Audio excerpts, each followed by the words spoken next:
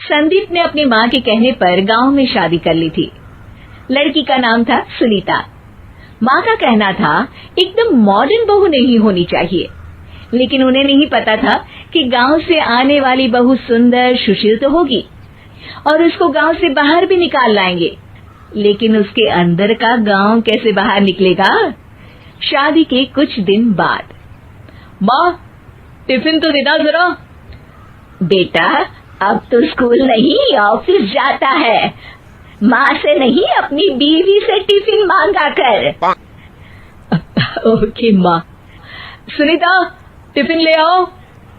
1 kilo tiffin, इसके अंदर पिस्ता डाल दिया है। पिस्ता? पिस्ता क्यों? सास जी ने बोला था ना कि आपको पिस्ता बहुत पसंद है।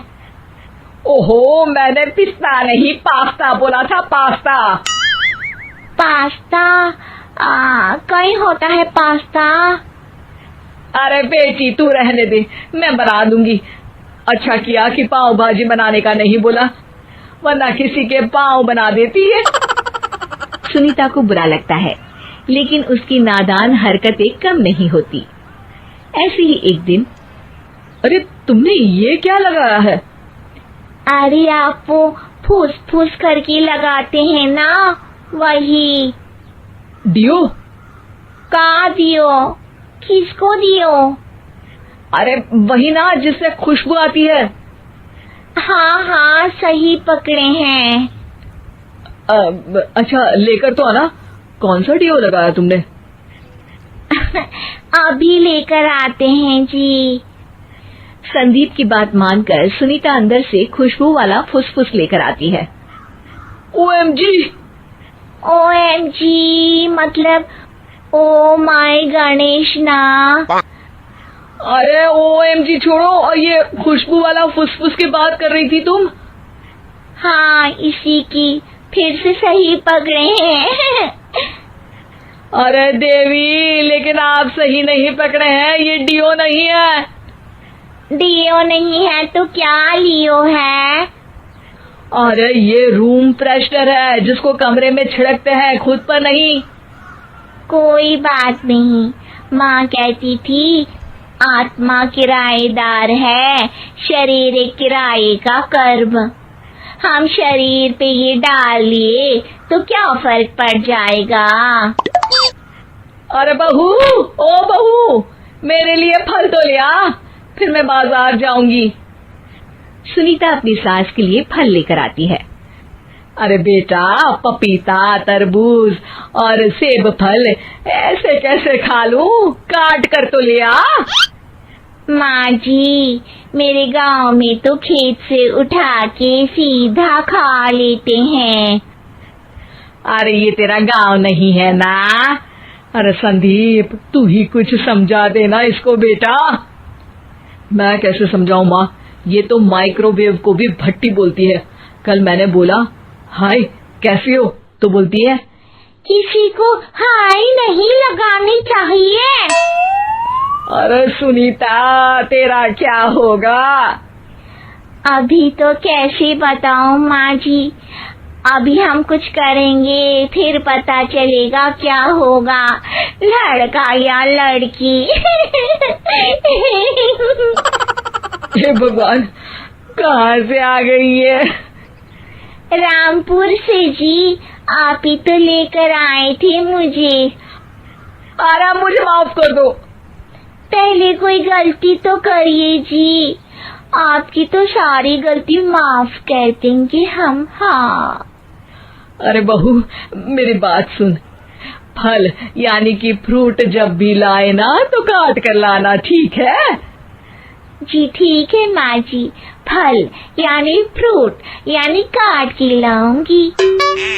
सुनीता रोज ही कोई ऐसी हरकत कर देती जिसकी वजह से उसे घर में 2 बातें सुननी पड़ती। एक दिन, माँ मेरे बॉस घर पर आने वाले हैं शाम को, उनका बर्थडे है, फैमिली साथ नहीं रहती उनके, तो यही पार्टी कर लेंगे। उनको अच्छा लगा तो शायद मेरा प्रमोशन भी हो जाएगा।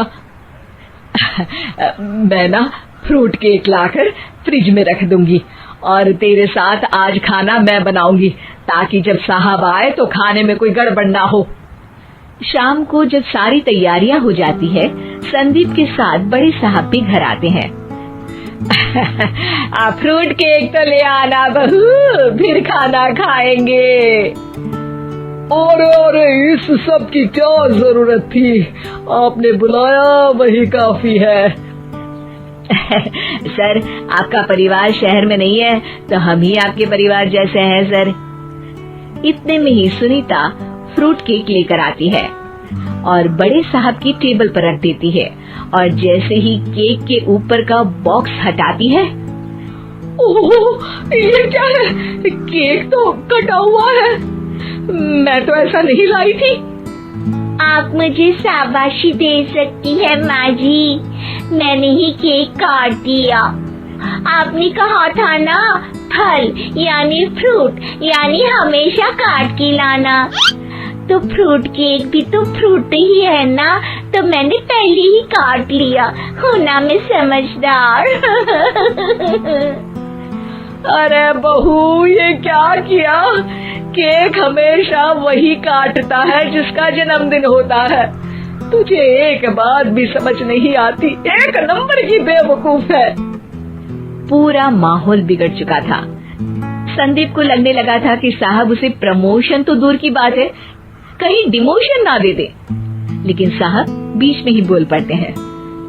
अरे कोई बात नहीं, ये इनकी बेवकूफी नहीं है, इनका भोलापन है। बेटा आप कहाँ से हो? रामपुर गांव से। अरे वाह, गांव से? फिर तो आपके गांव में ताजे फल और सब्जियां मिलते होंगे। हाँ, सही पकड़े हैं। हम तो काटते भी नहीं, सीधा खा लेते हैं। मैं ना एक बार तुम्हारे गांव घूमने जरूर चलूंगा। क्यों संदीप, ले चलोगे ना? मुझे गांव घूमना बहुत पसंद है। बस फिर क्या था, संदीप और सास दोनों खुश हो गए, क्योंकि साहब को सुनीता ने गांव की बात करके खुश कर दिया था।